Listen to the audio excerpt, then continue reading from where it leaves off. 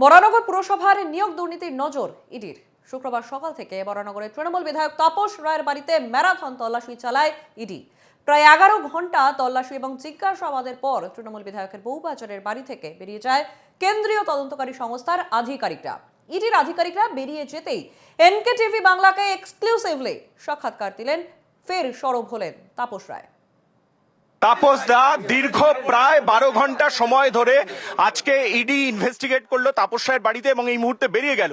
এবং তাপস রায়ের যে ভাবমূর্তি, দলের তরফ থেকেও তৃণমূল কংগ্রেসের তরফ থেকেও এই বিষয়টিকে সামনে আনা হচ্ছে, যেহেতু উত্তর 24 পরগনার গুরুত্বপূর্ণ দায়িত্ব, সেই জন্যই তাপস রায়কে এভাবে হ্যারাসমেন্ট। কি বলবেন তাপস রায়? আমার বলার কিছু নেই। আমি যদি কিছু বলার হয় আমি দলের সঙ্গে কথা বলে বলবো। দল তো বলেছে, আমার যদি কিছু বলার দরকার হয় বলবো। আমার নিজের কি কিছু বলার উচিত না সেটা বললে পরে ভালো দেখাবে। সকলেই জানে তো, আমায় যারা জানে চেনে, বা আমি দীর্ঘদিন ধরে রাজনীতি করছি, 1-2 বছর তো না, 52 বছর, তো সুতরাং জানে যারা আমি কি।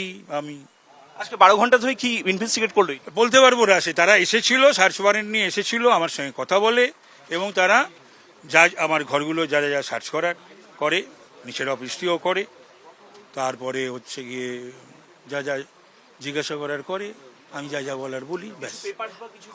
না, কিছু সিজ করেনি। আমার মোবাইলটি নিয়ে গেছে, আর কয়েকটা বোধহয় কি বলে, ওই বায়োডাটা টাইপ দিয়ে যায় না সমস্ত লোকে, রোজই তো ধরিয়ে দিয়ে যায়, এখনো তো এখানে খুঁজলেও পাওয়া যাবে, ওই রকম কয়েকটা কাগজ ওরা নিয়ে গেছে। অপর্ণা মল্লিককে নিয়ে কোনো জিজ্ঞাসাবাদ? না, আমাকে স্পেসিফিক কোনো